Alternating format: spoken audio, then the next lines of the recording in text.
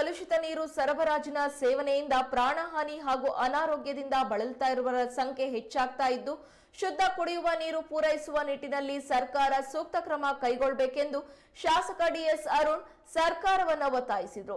ವಿಧಾನ ಪರಿಷತ್ನಲ್ಲಿ ಈ ಬಗ್ಗೆ ವಿಷಯ ಪ್ರಸ್ತಾಪಿಸಿದ ಅವರು, ಶಿವಮೊಗ್ಗ ಸೇರಿದಂತೆ ರಾಜ್ಯದಲ್ಲಿ ವಾಟರ್ ಆಡಿಟ್ ನಡೆಸಿದ್ದಲ್ಲಿ ಸಮಸ್ಯೆಗೆ ಪರಿಹಾರ ಸಿಗುವುದೆಂದು ಸಲಹೆ ನೀಡಿದರು. ಮಳೆಗಾಲದಲ್ಲಿ ಪೈಪ್ ಲೈನ್ ಒಡೆದು ಚರಂಡಿ ಹಾಗೂ ಕಲುಷಿತ ನೀರು ಕುಡಿಯುವ ನೀರಿಗೆ ಸೇರುತ್ತಿದೆ. ಈ ಬಗ್ಗೆ ಸರ್ಕಾರ ಗಂಭೀರವಾಗಿ ಕ್ರಮ ಕೈಗೊಳ್ಳಬೇಕೆಂದು ಆಗ್ರಹಿಸಿದರು. ಕಳೆದ ದಿನ ಬೆಂಗಳೂರಿನ ರಾಜಾಜಿನಗರ ಕ್ಷೇತ್ರಕ್ಕೆ ಭೇಟಿ ನೀಡಿ ಸಂಗ್ರಹಿಸಿದ್ದ ಕಲುಷಿತ ನೀರು ಮಾದರಿಯನ್ನ ಸದನದಲ್ಲಿ ಪ್ರದರ್ಶಿಸಿದ ಅವರು, ಕಲುಷಿತ ನೀರು ಸೇವನೆಯಿಂದ ಆಗುವ ದುಷ್ಪರಿಣಾಮದ ವಾಸ್ತವಾಂಶವನ್ನ ಸಚಿವರು ಹಾಗೂ ಸರ್ಕಾರಕ್ಕೆ ಮನದಟ್ಟು ಮಾಡಿಕೊಟ್ರು.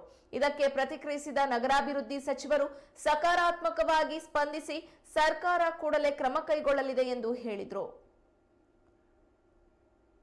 ಆಯ್ತಾ ಅನ್ನುವಂಥದ್ದು ನಿಮಗೆ ಕೇಳುವಂಥದ್ದು.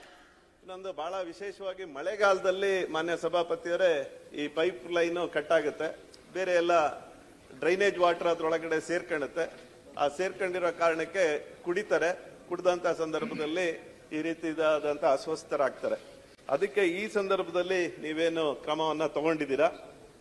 ಇದರೊಳಗೆ ಸ್ಥಳೀಯ ಸಂಸ್ಥೆಗಳ ಅಧಿಕಾರಿಗಳ ಒಂದು ರೀತಿಯ ಇಗ್ನೋರೆನ್ಸ್, ಕುಡಿಯೋ ನೀರಿನ ಬಗ್ಗೆ ನಾವು ಈಗಂತೂ ಅದಕ್ಕೋಸ್ಕರ ಎಲ್ಲಾ ಕಡೆ ಬಾಟ್ಲು ನೀರು, ಮಾನ್ಯ ಸಭಾಪತಿಯವರೇ, ಹೆಂಗೆ ಬಾಟ್ಲುಗಳು ಜಾಸ್ತಿ ಆಗ್ತಾ ಇದೆ ಅಂದ್ರೆ ನಮ್ಮ ಬಗ್ಗೆ ನಮಗೆ ನಂಬಿಕೆನೇ ಇಲ್ಲ. ನಮಗೆ ಬರ್ತಾ ಇರುವಂತಹ ನೀರು, ಹೊರಗಡೆ ನಮಗೆ ಸಿಗ್ತಾ ಇರುವಂತಹ ನೀರೇನಿದೆ ಅದನ್ನು ಕುಡಿಬೇಕು ಅಂತ ಯಾರಿಗೂ ಅನ್ಸೋದಿಲ್ಲ.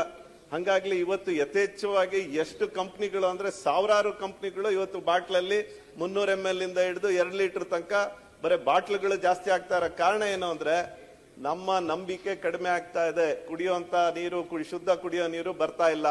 ಹಾಗಾಗಿ ದಯಮಾಡಿ ಮಾನ್ಯ ಸಚಿವರು ಇದಕ್ಕೆ ಉತ್ತರಿಸಬೇಕು. ಆಮೇಲೆ ನಾನು ಬೇರೆ ಇನ್ನೊಂದೆರಡು ಕೇಳೋದು.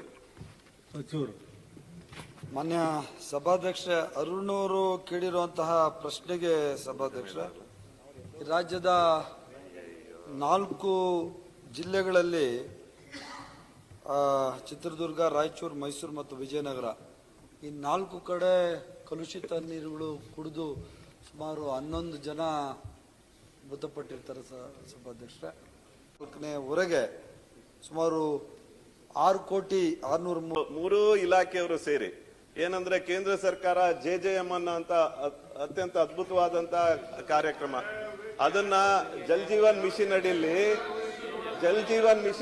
ಪ್ರತಿ ಮನೆಗೆ, ಮಾನ್ಯ ಸಭಾಪತಿಗಳೇ, ಪ್ರತಿ ಜಲ್ ಜೀವನ್ ಮಿಷನ್ ಅಡಿಯಲ್ಲಿ ಪ್ರತಿ ಮನೆಗೆ ಕೊಡಬೇಕು ಅಂತ ನೀವು ಮೂರು ಇಲಾಖೆಯವರು ಮನ್ಸು ಮಾಡಿದ್ರೆ ಶುದ್ಧ ಕುಡಿಯೋ ನೀರನ್ನ ಪ್ರತಿ ಮನೆಗೆ ಕೊಡ್ಬೋದು. ಇಲ್ಲಾಂದ್ರೆ ಮಾನ್ಯ ಸಭಾಪತಿಗಳೇ ಏನಾಗುತ್ತೆ, ನಿನ್ನೆ ರಾಜಾಜಿನಗರಕ್ಕೆ ಹೋಗಿದ್ದೆ, ಕುಡಿಯೋ ನೀರು ಹಿಂಗಿದೆ.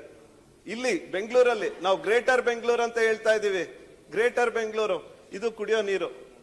ಈ ಕೇಳಿದ್ರೆ ಇದ್ರೊಳಗೆ ಏನಿದೆ ಅಂತ, ಇಲ್ಲಪ್ಪ ಯಾವ್ದೋ ಆಯುರ್ವೇದಿಕ್ ಇದಾಕೊಂಡ್ ಬಂದಿದ್ದೀನಿ, ಮಿನರಲ್ಸ್ ಹಾಕೊಂಡ್ ಬಂದಿದ್ದೀನಿ ಅಂತ. ಇದು ಸ್ಥಿತಿ ನಮ್ಮ ರಾಜಾಜಿನಗರ ಬೆಂಗಳೂರಲ್ಲಿ. ನಾವು ವಾಟರ್ ಆಡಿಟ್ ಮಾಡ್ಲಿಲ್ಲ ಅಂದ್ರೆ ಕಲುಷಿತ ಆಗುವಂತ ನೀರು ನಿನ್ನೆ ಮೊನ್ನೆ ಸಮಸ್ಯೆ ಅಲ್ಲ ಸಭಾಧ್ಯಕ್ಷರೇ, ಮುಂಚಿನ ದಿವಸಗಳಿಂದ ಇದ್ದಿತ್ತು. ಹಾಗಂತ ನಾನೇನು ಸಮರ್ಥನೆ ಮಾಡ್ಕೊತಾ ಇಲ್ಲ, ಮುಂಚಿನ ದಿವಸಗಳಲ್ಲೂ ಇತ್ತು. ಆದ್ರೆ ನಾವು ಬರ್ತಾ ಅದನ್ನ ಸುಧಾರಣೆ ಮಾಡುವಂತ ಕೆಲಸ ಮಾಡ್ತಾ ಇದ್ದೀವಿ ಸಭಾಧ್ಯಕ್ಷರೇ. ಮತ್ತೆ ನಾನು 11